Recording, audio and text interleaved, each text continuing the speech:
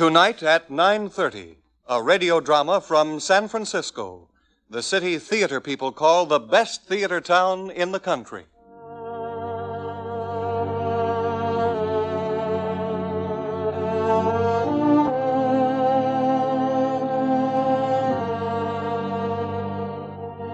Well, sir, in all the years that I've been stage doorkeeper in San Francisco, I reckon I'm one of the few things that hasn't changed. Excepting that I haven't much hair anymore. But the plays have changed and the acting has changed. The old days when Nance O'Neill played Martha of the Lowlands with plenty of ranting and screaming, and the days when Mrs. Leslie Carter played Zaza, those days are gone. And Olga Nethersole and the second Mrs. Tancred, I guess not many of you remember that. And the days of the Central Theater when the Marie Corelli melodramas were popular. You young folks would just laugh if you saw one of them today. Plays like Thelma. But there's one kind of play you never do seem to get tired of. And that's the kind of play, so to speak, that we have for you tonight in our radio playhouse. A mystery thriller. Now, the idea of our play isn't a new one. It's been told in different ways by some of the finest writers. The setting is in a beautiful, sort of faded old California estate in the hills back of Carmel, out beyond the Carmel Valley. The kind of place Mr. John Steinbeck likes to write about. In a room of the big old house, an old man is talking to a young aviation captain. He's got sort of a tired face, the young fella has, but a strong face. And while he's listening to the old man talk, you can see he's got a steady hand. And he's sort of laughing at the rattling of the shutters and the noise of the wind. Gloomy place, isn't it? The curtains are always drawn, Captain Craig. The sun never comes into the room. Well, let's have a little light. It gives me the shivers. Yes, sir, Captain Craig. But I'm afraid there's not much sun today. It's a gloomy day, sir. I'll open the curtains. Good. That'll be a little better, sir. Yeah, thanks. I don't like gloom. No, sir. I dare say you saw all the gloom you wanted down in those Pacific Islands. And noise. There's worse noise than the rattling of shutters. We won't talk about that. Do the shutters always rattle? When the wind blows, Captain Craig, the house is in need of repair. What's that? Just a door swinging on its hinges, sir. No wonder they call it a haunted house. Do you think it's haunted, Dawson? I do not believe in ghosts, Captain Craig. Neither do I. Why do they say it's haunted? Legends get about, sir. Shadows in the windows at night, strange sounds and whisperings. All things that could be explained, no doubt, by natural causes. But, yes, sir? That moaning gets me. One gets used to it, sir. No doubt. Will you sit down, sir? The workmen will be here in a few minutes. Yeah, thanks. If I might offer you a glass of sherry while you're waiting. Oh, don't bother. I have it here, sir. Just a small glass and a biscuit. Thanks, Dawson. There you are, sir. Oh, you have some too, Dawson. If you don't mind, sir. Oh, don't stand on ceremony. Thank you, sir. Now, while we're waiting, I'd better explain, sir, why it was necessary for me to request you to come today. Your father was Mr. Ingar's attorney, and it was natural that I should think of you when a witness was required. It's just 20 years ago today, Captain Craig, since I have seen Mr. Ingar. January 19, 1925.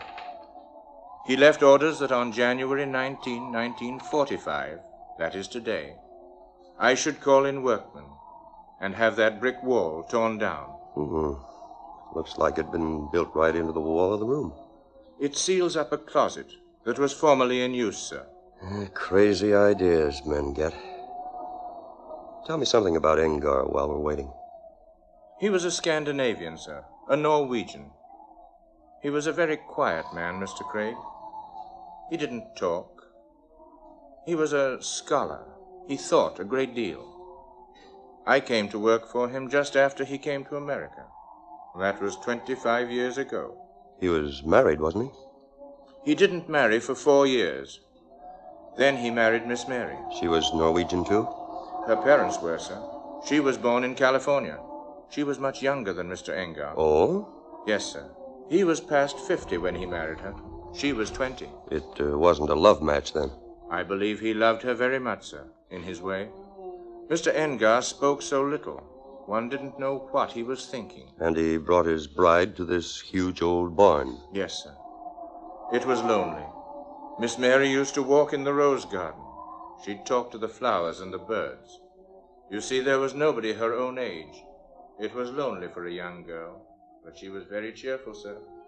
And if I may say so, we all loved her. There had been little youth in the house. Cecil pruners must be pruned. I'll tell Dawson. And the Marshall Neals need more sun. They're like little tiny babies. When they don't get sun, they weaken and grow pale.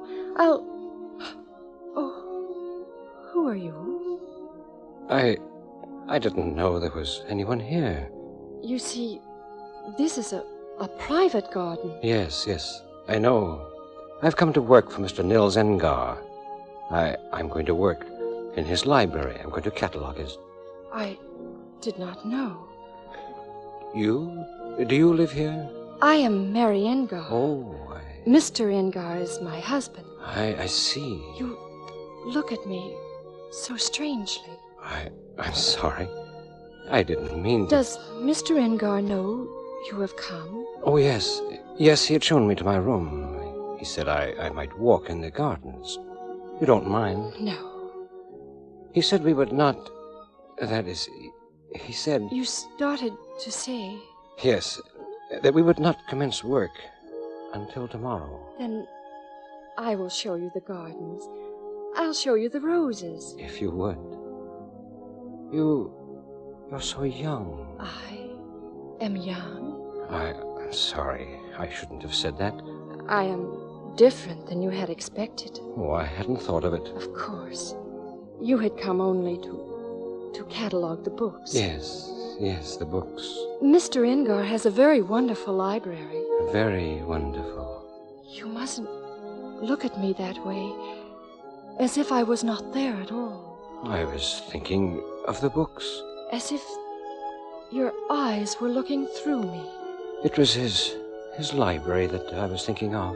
You are No. You were going to say... You are a strange young man.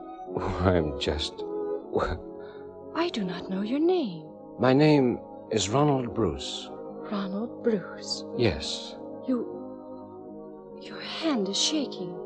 Or shiver.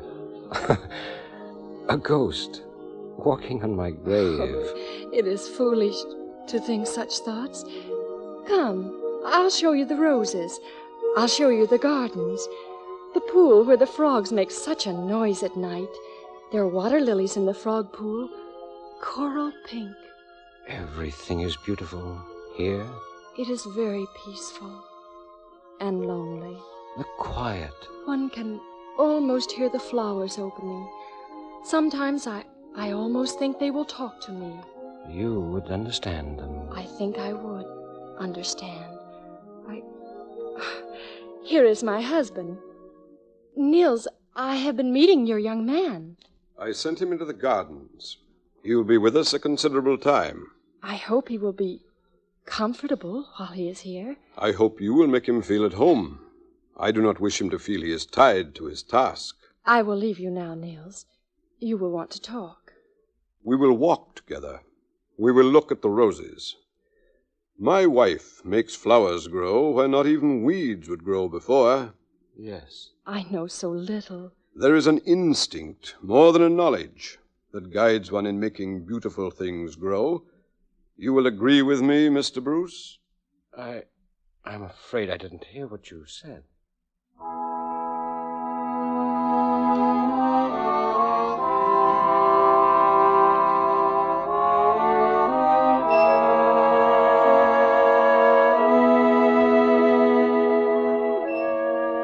How quickly the roses fade, Ronald. When you came here, they were just beginning to bloom. Now they are almost gone.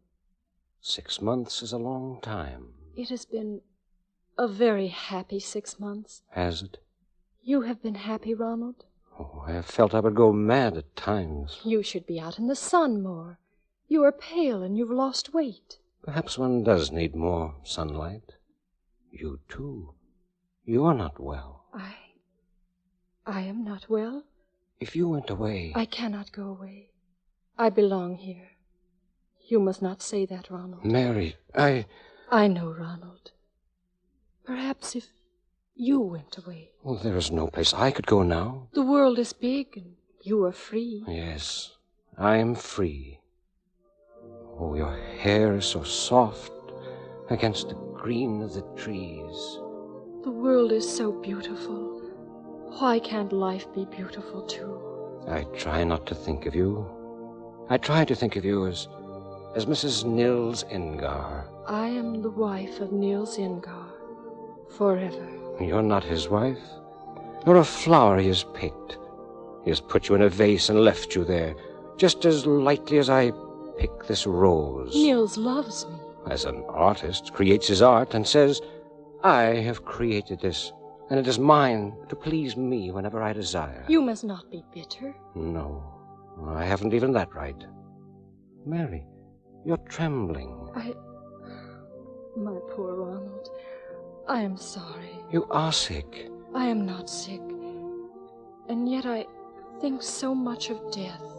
You are young, like a rosebud. The roses fade. What will become of us, Mary? We will go on. Everything must go on as it always has gone on. Nothing changes. Life would not be endurable. I can't look at you when you gaze into my eyes that way. They're soft and gray, like cold flames. Look away, Ronald. One looks at the flowers in the garden and doesn't harm them. This is so foolish, Ronald.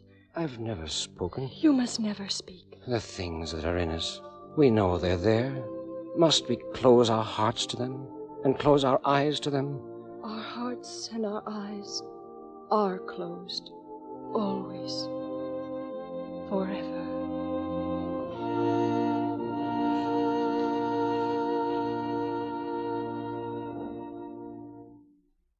You wish to talk to me, Nils? Yes. I brought you a wrap. You shouldn't be in the garden on winter nights. I am warm. You have been ill. The color is gone from your cheeks. I am sorry, Nils. I wish you to take care of yourself. You must be strong. Someday, I hope you will give me a strong son, Mary. Is that what you wish to speak to me about, Nils? That and other things. I am listening, Nils. If you wish me to go away, Nils. I do not wish you to go away. There is no thought of your going away. Why should you speak of going away? I only wish to please you. But that would give me no pleasure. You are so quick to seize on words I say and give them another meaning. I am sorry. It is the same with Ronald Bruce. Why do you start? You were saying of Ronald Bruce. He asks me a question. I answer him. He twists my answer into a meaning I had never intended, and then grows irritable in his talk, ready to flare, as though he were the employer and I the employee. I am sure he means no harm, Nils. Why are you sure he means no harm? He is young. He's old enough to play the man, not a petulant schoolboy. You must try to understand him. Do I understand that you are siding with him against your husband? You know I wouldn't. I know nothing. It's as if you were all conspiring against me. Nils, don't. My desire is to be a good husband and a good master. Please. I will not have my home disrupted by schemers. Ronald is not a schemer. So, you see, you do give him right and your husband wrong. I only try to be fair. What is Ronald Bruce to you? Nils. That you should make it your concern to be fair. I am first and always your wife. It would be well for you to remember that. Have I forgotten, Nils? I was wrong to let you marry me. I was old, and you were young. You loved me, and do love me. I shall always love you. Then, Nils, That is why I cannot let your young head be turned by this man. Ronald Bruce has never forgotten that I am your wife. Any man would forget. You are cursed with beauty. If you feel he is this way because of me, you should speak to him. You should send him away. Then there is reason that he should go. Only if you are dissatisfied. If there is no cause, I will not need to send him away. If there is cause, I will not send him away. Yes, Niels. You will remember, always, that you are my wife. That is all. Yes. And now, come in. The night is damp. I will follow you. Oh.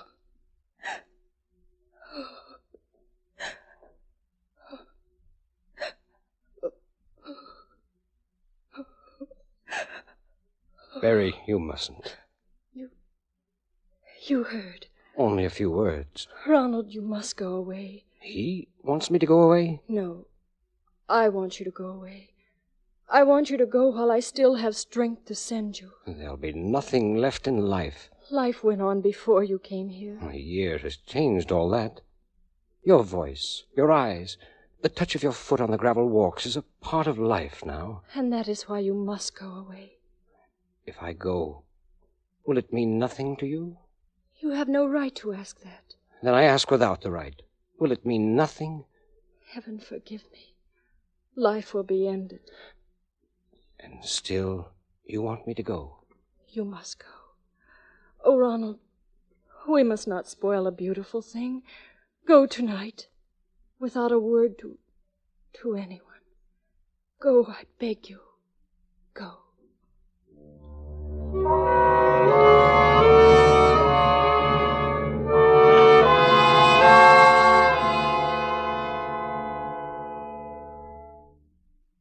Dawson. Yes, Mr. Ingar. Were you walking through the halls? No, sir. I was in my room. I thought I heard someone walking through the halls. Yes, sir. No doubt it was my wife. She is ill, does not sleep well. No doubt it was she. Yes, sir. I will see. You may go, Dawson. Yes, sir.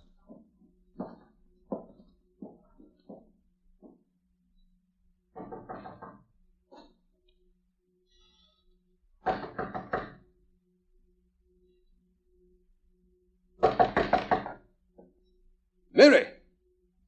Mary! Yes, Niels?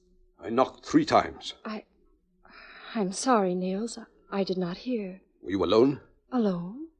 Yes, I was alone. Why do you tremble? I did not know I was trembling, Niels. Close the door. Yes, Niels. Sit down. Yes. I told you to come in when I left you in the garden. Yes. I demand obedience from my wife at all times. Yes. Bruce joined you. He was in the garden. He stopped to speak to me. What was there he needed to discuss with you? But, Niels, living as we do, it is as though he were a part of the family. He is employed by me to catalogue my library. I know. He never made love to you? You shall not say that to me. Answer me! Did he make love to you? No, never. I do not believe you. He'd be a fool if he didn't try to make love to you. Niels, he's going away. Oh. He's going away. I told him to go away. Why should you tell him to go away? Because I am your wife. Then he did make love to you. Never, I say. What was that? What, Niels? Something moved. I heard nothing. Stand aside. Niels, what are you doing? There is someone in that closet. You are mad. I saw you watching the door all the time you were talking.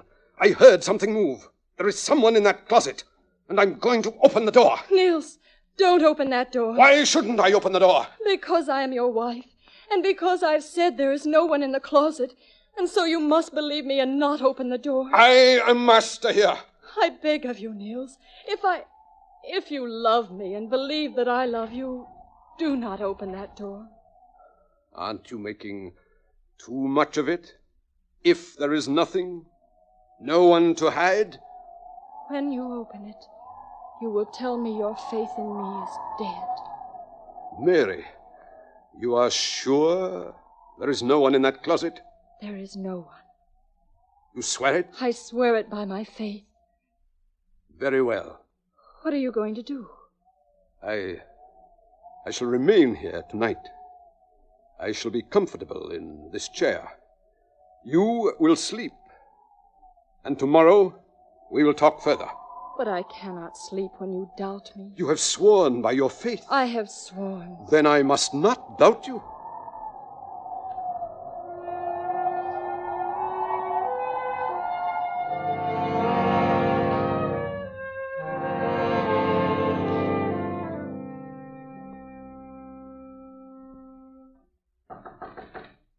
Who is there? Dawson, sir. Come in. The man is here, Mr. Ingar. He has the necessary materials. He has everything, sir. Wait outside the door with him until I call you. Yes, sir. Mary, Yes, Niels. What are you going to do? I asked you last night if there was anyone in that closet. I swore there was no one. So, there can be no one. But strangely enough, as you have heard, when I sent Dawson to find Ronald Bruce this morning, he was not to be found. He said he would go away. He has taken nothing, neither his clothes nor his possessions. His bed has not been slept in. And so you still think I think what? that he came here, that I hid him, that he is in there. He couldn't be in there. You swore he was not in there. What are you doing, Niels?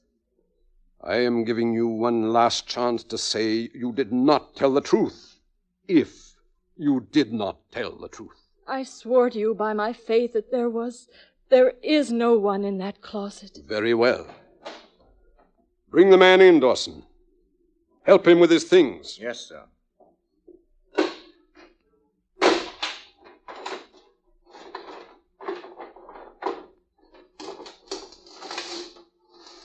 I am afraid, my dear, this will upset your room.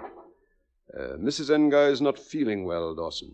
I'm sorry, sir. She will remain in bed while the work is being done. She wishes, Dawson, to have that closet door walled up. A wall of bricks, Dawson. Then cement and plaster over it, so it will not disfigure the room.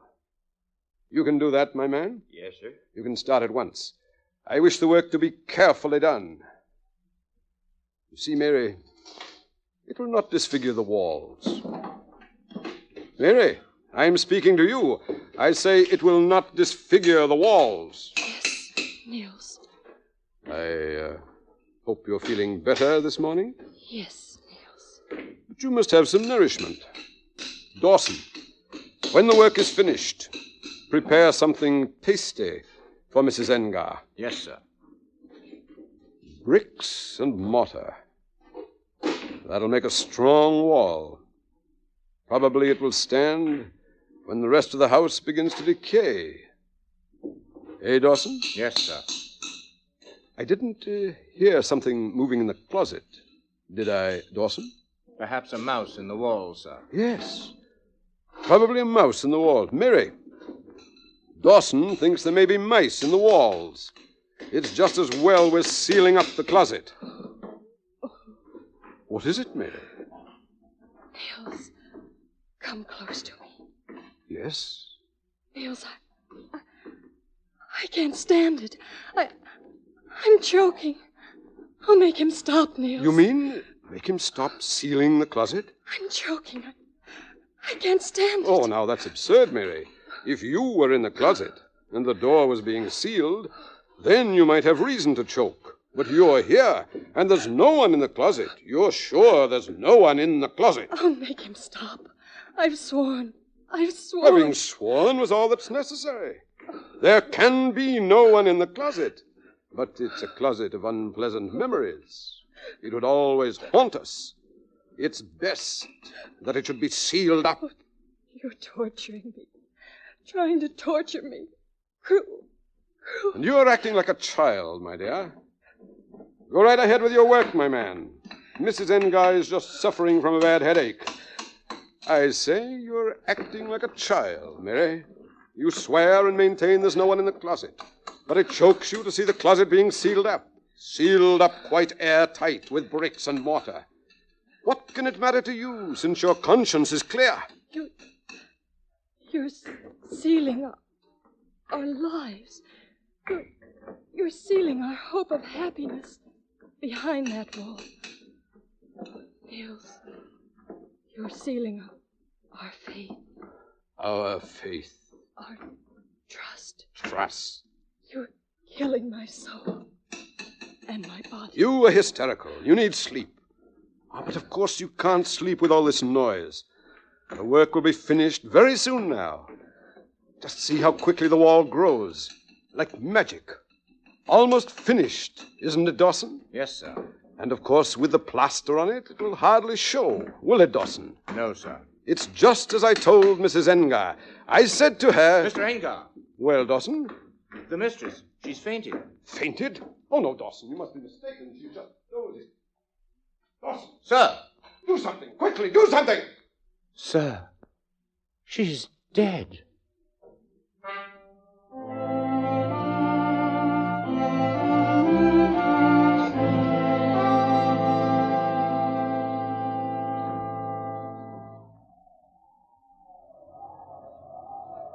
Well, go ahead, Dawson. Go on with the story. That's all, Captain Craig. He buried the young mistress in the rose garden. And the day he laid her away, he, too, went away. And before he went away, he ordered me to take charge of the house. And you've been here ever since? 20 years, sir. 20 years? And I thought 6 months on Guadalcanal was a long time. And now, sir, if you're ready, I'll have the workmen tear down the wall. Yes. Yes, the wall's got to be torn down. Let them get going. Yes, sir. All right, men, start in. Yes, sir.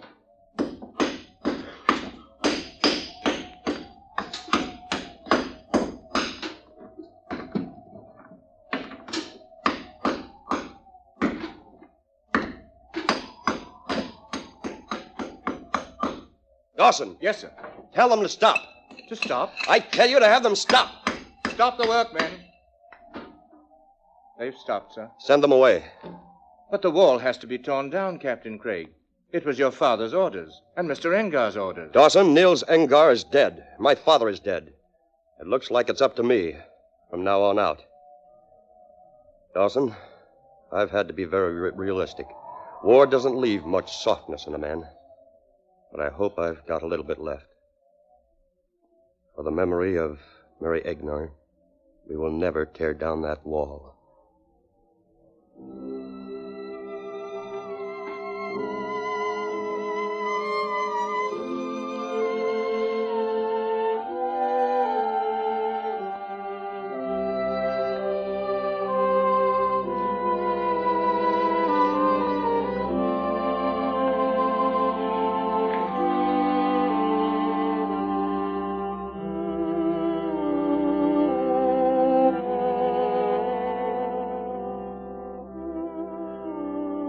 You have just heard the radio drama, The Ghost of the House of Ingar, written and directed by Samuel Dixon in the KPO drama repertoire tonight at 9:30. The cast included Robert Fasson as Dawson, Ray Lewis as Captain Craig, Everett Glass as Nils Ingar, Julie Ferris as Mary Ingar, James Garthwaite as Ronald, and Earl Lee as the old stage doorkeeper.